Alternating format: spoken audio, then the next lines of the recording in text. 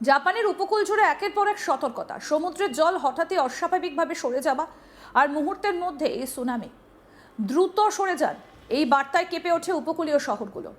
এমন এক সময় পূর্ব এশিয়ার ভূ রাজনৈতিক পরিবেশে নতুন করে জল্পনা শুরু হয়েছে যে উত্তর কোরিয়ার সাম্প্রতিক মিসাইল পরীক্ষার সঙ্গে এই ভূমিকম্পের কোনো যোগসূত্র আছে কিনা।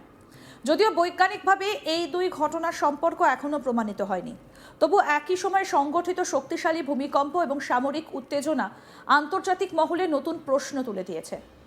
ঘটনার কেন্দ্রবিন্দুতে রয়েছে জাপান, যেখানে সোমবার 20 এপ্রিল ভোরে সমুদ্রের নিচে এক ভয়াবহ ভূমিকম্প অনুভূত হয়।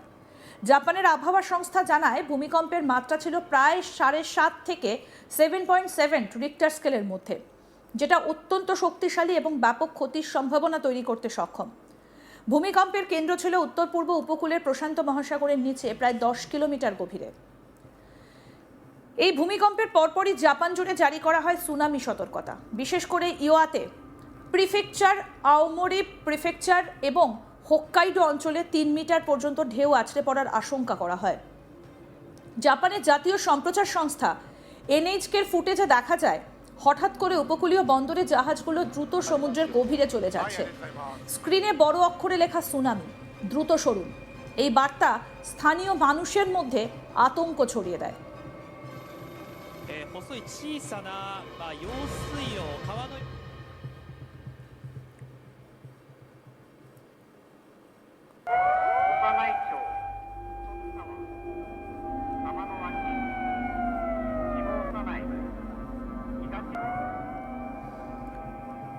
হাচিনোহে বন্দর থেকে জাহাজগুলোকে নিরাপদ স্থানে সরে যেতে শুরু করে।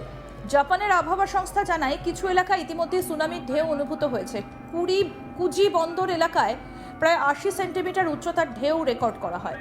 যদিও এটা 3 মিটারের পূর্বাভাসের চেয়ে কম, তবুও এটা উপকূলীয় অঞ্চলে ভয়াবহ প্রভাব ফেলতে পারে। সরকারি সূত্রে জানা যায় জাপানের প্রধানমন্ত্রী সানায়ে তাকাইচি জরুরি পরিস্থিতি মোকাবিলায় একটা বিশেষ টাস্ক ফোর্স গঠন করেন। তিনি নাগরিকদের দ্রুত নিরাপদ স্থানে সরে যাবার নির্দেশ দেন এবং সম্ভাব্য ক্ষয়ক্ষতির বিষয়টা পর্যবেক্ষণ করার কথা জানান।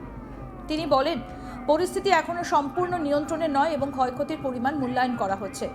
প্রশাসনের পক্ষ থেকে উপকূলীয় এলাকায় জরুরি সতর্কতা জারি রাখা হয়েছে। এই ভূমিকম্পের প্রভাব শুধু সুনামি সতর্কতার মধ্যে সীমাবদ্ধ থাকেনি, দেশের গুরুত্বপূর্ণ পরিবহন ব্যবস্থাও প্রভাবিত হয়। টোকিও থেকে আওমোরি পর্যন্ত বুলেট ট্রেন পরিষেবা সাময়িকভাবে বন্ধ করে দেওয়া হয়।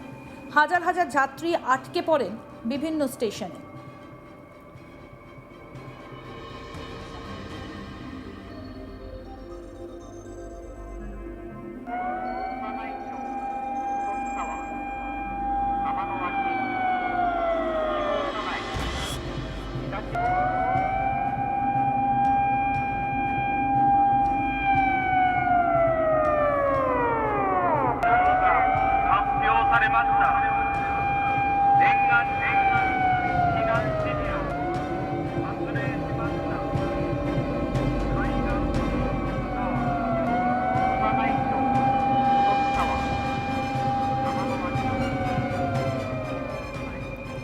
জাপানের রেল প্রশাসন জানায় ভূমিকম্পের মাত্রা ছিল আপার 5 স্কেলে, যা মানুষের চলাচলকে কঠিন করে তোলে এবং দুর্বল কাঠামোর ভবন ভেঙে পড়ার সম্ভাবনা তৈরি করে।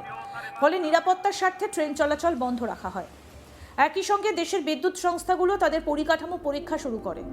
টোকিও ইলেকট্রিক পাওয়ার কোম্পানি এবং টোকিও ইলেকট্রিক পাওয়ার জানায় তাদের সব কেন্দ্র পর্যবেক্ষণে রাখা হয়েছে।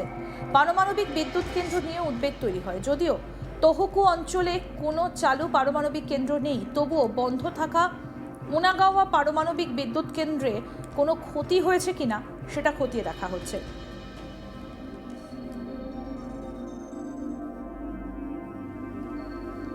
জাপান বিশ্বের অন্যতম ভূমিকম্প প্রবণ দেশ, কারণ এটা প্যাসিফিক রিং অফ ফায়ার অঞ্চলে অবস্থিত। এই অঞ্চলে পৃথিবীর সবথেকে বেশি ভূমিকম্প ঘটে। বিশেষজ্ঞদের মতে বিশ্বের মোট বড় ভূমিকম্পের প্রায় 20% এই অঞ্চলে হয়। এর আগেও 2011 সালে ভয়াবহ ভূমিকম্প এবং সুনামির কারণে জাপান ভয়ঙ্কর ক্ষতির মুখে পড়েছিল, যার ফলে ফুকুশিমা পারমাণবিকে দুর্ঘটনা ঘটে। সেই স্মৃতি এখনও দেশটার নীতি নির্ধারকদের মনে সতর্কতার ছাপ রেখে গিয়েছে। এই নতুন ভূমিকম্প আবার সেই পুরনো আতঙ্ক ফিরিয়ে এনেছে। তবে এবার পরিস্থিতি দ্রুত নিয়ন্ত্রণে আনার চেষ্টা চলছে বলেই প্রশাসন জানিয়েছে।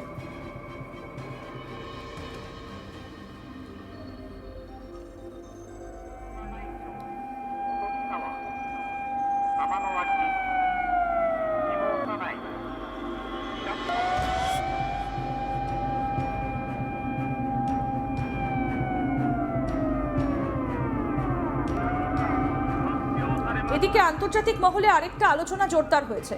উত্তর কোরিয়ার সাম্প্রতিক মিসাইল পরীক্ষা। উত্তর কোরিয়া কয়েকদিন আগেই একাধিক ব্যালিস্টিক ক্ষেপণাস্ত্র পরীক্ষা করেছে বলে দাবি করা হয়। এই ঘটনার পরপরই জাপানে ভূমিকম্প হওয়ায় অনেকেই সামাজিক মাধ্যমে দুই ঘটনার মধ্যে সম্পর্ক খুঁজতে শুরু করেন। তবে ভূবিজ্ঞানীরা স্পষ্ট করে জানিয়েছেন, ভূমিকম্প একটা প্রাকৃতিক ভূতাত্ত্বিক ঘটনা আর মিসাইল পরীক্ষা সামরিক বিষয়। এই দুইয়ের মধ্যে সরাসরি সম্পর্ক থাকার কোনো বৈজ্ঞানিক প্রমাণ নেই। তবুও ভূরাজনৈতিক উত্তেজনা এবং প্রাকৃতিক দুর্যোগ একই সময়ে ঘটায় সাধারণ মানুষের মধ্যে উদ্বেগ বেড়েছে। বিশেষ করে উপকূলীয় এলাকায় মানুষ দ্রুত নিরাপদ স্থানে সরে গিয়েছে এবং অনেক জায়গায় রাতভর আতঙ্কের পরিবেশ ছিল। বর্তমানে জাপান সরকার পরিস্থিতি নিবিড়ভাবে পর্যবেক্ষণ করছে। ক্ষয়ক্ষতির পূর্ণাঙ্গ মূল্যায়ন এখনও চলছে। সুনামি হুমকি কমলেও সতর্কতা এখনও সম্পূর্ণ প্রত্যাহার করা হয়নি। বিশেষজ্ঞদের মতে আগামী কয়েক ঘন্টা অত্যন্ত গুরুত্বপূর্ণ, কারণ ভূমিকম্পের পরবর্তী আফটারশক এবং সম্ভাব্য ছোট সুনামি ঢেউ এখনও ঝুঁকি তৈরি করতে পারে। সব মিলিয়ে এই ঘটনা আবার মনে করিয়ে দিল, জাপান এমন এক দেশ যেখানে প্রকৃতি এবং প্রযুক্তি সবসময় একসঙ্গে লড়াই চালিয়ে যায়। আর প্রতিটা ভূমিকম্প শুধু একটা প্রাকৃতিক ঘটনা নয়, বরং একটা জাতীয় প্রস্তুতির পরীক্ষাও হয়ে দাঁড়ায়।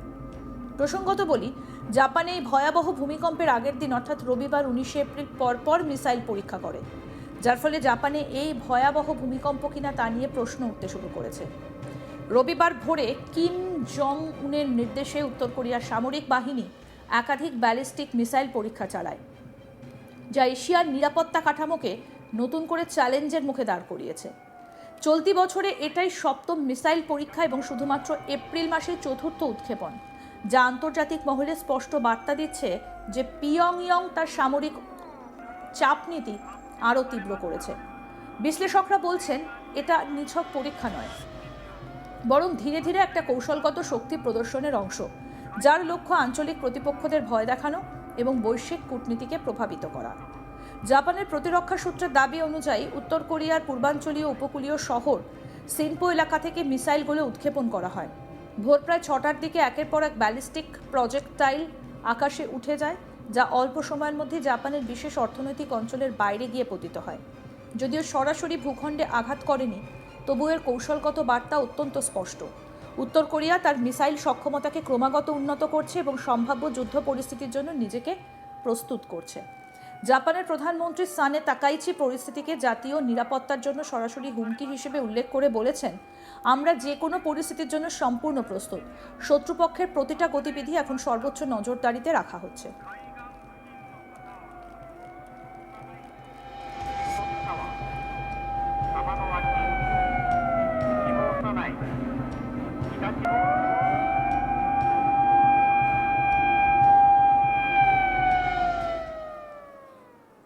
আরও আপডেট পেতে দেখতে থাকুন আজ তাক বাংলা। সাবস্ক্রাইব করুন, নোটিফিকেশন পেতে বেল বাটন অপশন প্রেস করুন।